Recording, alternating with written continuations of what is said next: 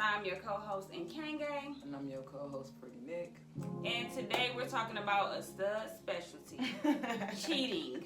Why we cheat, why we continue to cheat after getting caught, and what, if anything, could prompt us to stop cheating. So I'm going to ask the stud to the left of me. That stud over there. A silly ass question. Have you ever cheated? No. I've been faithful my whole life. Okay, well imagine that you cheated once. What's the reason one might cheat? Okay. No, I have cheated. I'm gonna be, since this, let's be honest. I have cheated. I cheated in every relationship, except for like a couple of years ago when I was in my old relationship, whatever, I didn't cheat. And then my new one I'm in now, I didn't cheat. But when I was younger, yeah, I cheated. And honestly, I didn't have a valid reason why I cheated. I just did. But I also cheated because it was I was tit for tat. Like, so you did something, I'm gonna do it. You did this, I'm gonna do that. So it was basically a tit for tat thing with me. Like, I knew my mates were cheating. I didn't leave them. I just cheated back, and we'd just come home like nobody cheated and just, go about our night, go about our day. But I was younger, so I could have left. I could have left her, and but I didn't. Especially when I was living with a motherfucker. Shit, as long as I still had that key, I ain't give a fuck if you cheated or not. As long as I get in this goddamn house. So yes, I have cheated in my little lifetime. Okay, so you pointed out what I think is one of the major reasons, some tit for tat shit. You doing this to me, I'm gonna do this to you. You hurting my feelings, I'm gonna hurt your feelings or whatever. That's fucked up. But I think we all have participated in that, even if it wasn't cheating with whatever shit. So I think when we get older, we get our own apartments. And then we learn, like, I ain't gotta be miserable with this bitch. I can just move on and find somebody to be happy with. I didn't start off cheating, not to cut you off. Let me point that out there. I didn't start off cheating. What that mean? Like, I didn't go into my relationship just as soon as I got in there, just start cheating. I just finished it. When I got cheated on, that's when I started cheating. And then a lot of ways I did cheat is because when I say I'm done, I could say I'm done. I'm done. That means we broken up. Nah, in their head, it might not mean we done, but when I say done, it's over. When you say done, though, was you still in the house together, the home together?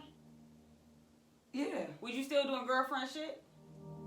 I don't know. It depends. I don't know. Probably so, knowing me, probably so. But I was still done, so that means I can do what I want to do. So I didn't cheat first. I always cheated back. That's some bullshit y'all be doing. I just finished it. I didn't start it. I just finished it. Okay. But that whole I'm done shit, that's so if you done but you still there, still do girlfriend shit or whatever. But that's how y'all loophole getting around shit. So you gonna be like, well, I ain't cheat. We went together. I told you we was done. Exactly. I'm glad you know.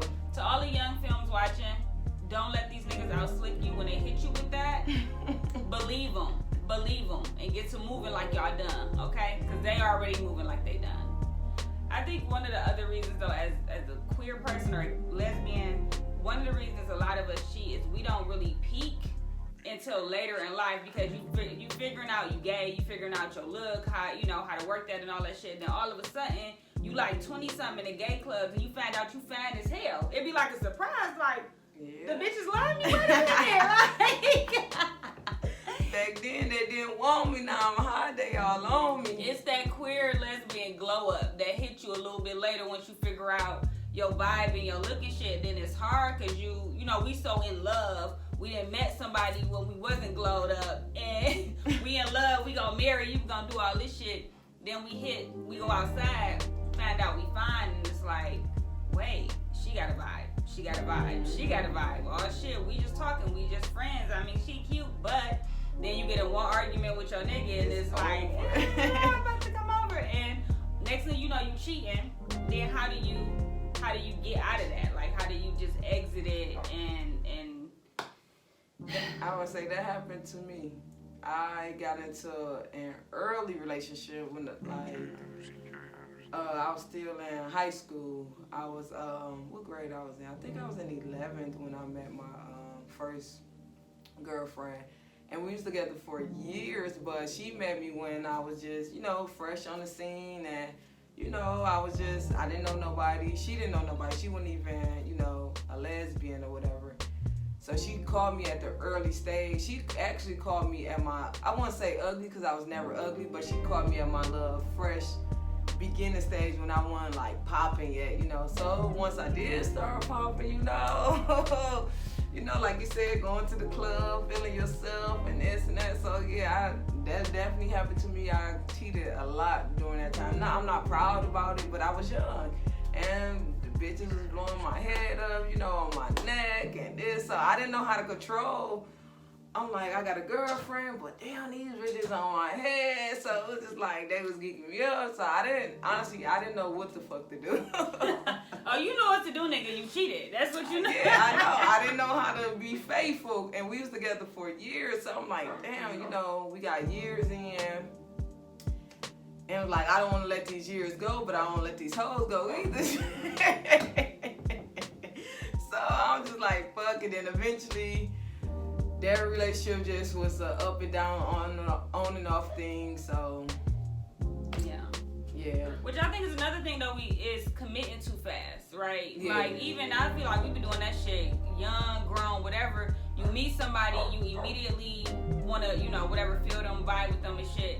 And instead of dating, I think lesbians don't know how to date. We don't know how to be single, and it's okay to not have sex, or have sex if you want to, but like not have sex and go out with multiple people, figure out who it is that is most compatible. I think films got it bad of meeting one stud and it's just like, this it. I don't need to see nobody else. I don't need to date. And then to start putting, not to excuse y'all from any hoe ass behavior, but like sometimes we get to putting this whole taking up all your time and trying to not allow you, not want to hear about no other bitch, not want you to go nowhere and do nothing, and almost trying to win this nigga by default. And I think if you dating and doing your thing, and you let this woman date and do her thing, and if y'all still find y'all way to each other, then it's real. It's not this kind of like forced situation. But we really need to learn how to date. Yeah. And films, that's hard because studs don't be want you to see nobody else. They be want you to go instantly motherfucking blind, tunnel vision, and don't get caught up. Once you tell one lie, lies motherfucking reproduce. Don't tell these niggas no lies. If you don't want to tell my your business, it's one thing. But it's okay to be like, yo, I'm dating. Like, how many niggas you saying? I'm dating. Yeah, be honest. See, people think when you date multiple people, you a hoe. No, I'm dating multiple people because, bitch, you not the only one. I mean, I need to feel my options. I need to see who else out here. That don't make you a hoe because you date multiple people. That makes you date, and that's the people get confused what dating mean and what dating is. That's dating. You're not in a relationship. You're not married. You're not committed. So you pose a date. You're still single. Yeah, and then you end up in a relationship cheating because you found out, damn, one, I didn't really know her when I got in this relationship, and now that I'm getting to know this bitch, I don't like her, and I'm vibing with this girl over here, this woman over here more. So I think not taking your time in the beginning, a lot of times in the end leads to cheating because you didn't feel this person all the way out. You didn't really test the waters and see, like, is there something else out there more compatible for me, or whatever the case may be. And so you end up being a fucking cheater when you could have been a person who had a really fun summer and just dated multiple women and then figured out who you wanted to, try it one-on-one with. So you said you haven't cheated the last few years. Yeah, I haven't cheated the last few years. And I'm going to believe you. I'm going to choose to believe you, okay? So was there something that prompted you, like, all right, I'm done with the cheating shit? Like, what kept you inside in the house? When I met the person, when I finally stopped cheating, it was just a different vibe. Like, she was fun, she was funny. It was just like she drank, I drank. It was just the chemistry and the bond we had. It was just like, shit, I got, everything here, and I was older too. I think with me, I stopped cheating because I matured, my maturity. So I was a little older. I think I was like 26, 27 when I met the last girl I was dating. And it was just different from the past women I have dated anyway. So, you know, we just had a dog-ass time together. So when you having fun, you know, having so much fun and just doing this together, doing that, just living and whatever, going to concerts, doing this and that, it's just like, shit, you ain't got time to really be cheating or entertaining motherfuckers and shit like that. So yeah, I think it was like my age difference and just finding a person who fit you. Cause before the girls in my past before her, they didn't drink, they didn't smoke, they didn't go out to parties, they didn't.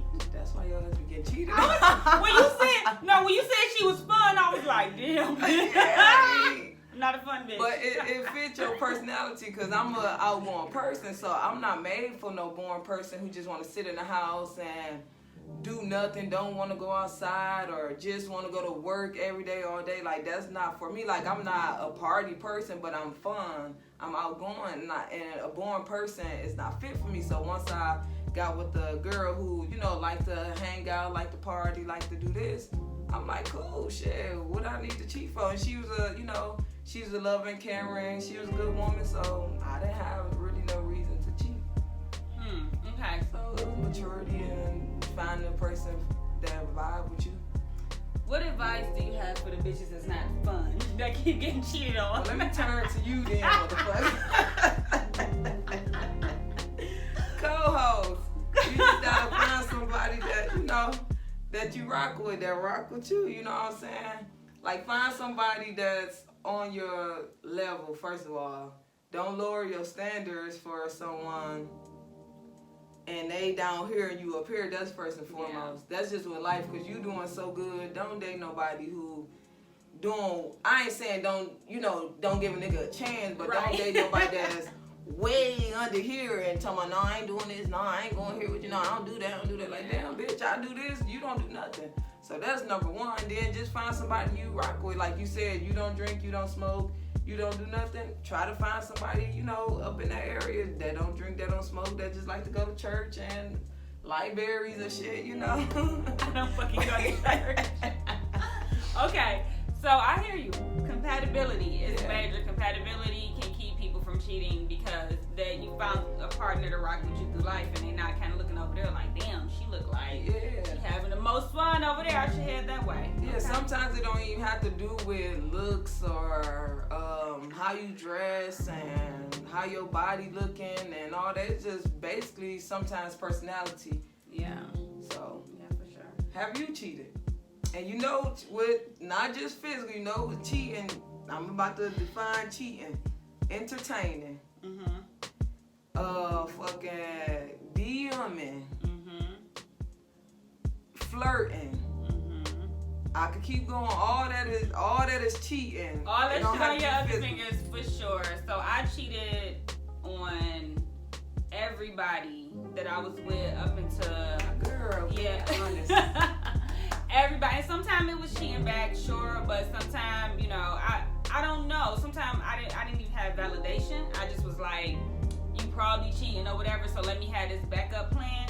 And I wasn't necessarily doing nothing physical, but it was like, if I was so scared of being alone, like if I was alone, I was just gonna die or some shit. So it was like I kept backup plans, and it would be like studs I knew I really ain't even want to fuck with, but okay, I can talk to you. This nigga not acting right. I can get some attention over here or whatever.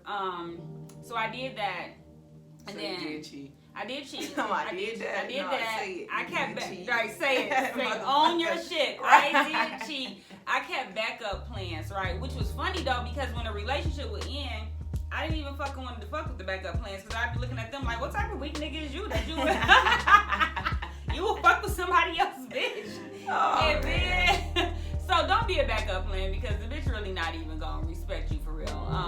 The type of stuff I really like wouldn't be no bitch backup plan. So that didn't make sense. And then I was married, and then my ex-wife was a big cheater because she liked white women, and I don't know why she married my black ass, but like, and I think it was like some tokenizing shit, like, oh bitch, you super black and you got an African name, I'm about to show you to my mama. And so she was cheating, I was cheating. We didn't like each other. That was the thing, like you talked about with compatibility. If you get in a relationship where y'all don't genuinely, and it ain't about love or nothing, we didn't like each other. Like if we went to the same high school, we wouldn't have been cool. You know what I'm saying? Like when you fuck with each other. And I cheated and I felt so bad because shit ain't always about the woman, it's about your personal integrity. And I felt like I didn't like that I was behaving this way. I don't give a fuck about the other woman at this point. I don't want this shit on my resume anymore. I don't want this to be the way I cope and I handle things. I'm not growing and shit. And so I prayed about it and I made a covenant with Allah, like I'm not going to cheat anymore. And one of my exes, that was the issue for her because I wasn't cheating. I don't cheat anymore. And my thing was I don't cheat because of this promise I made with Allah.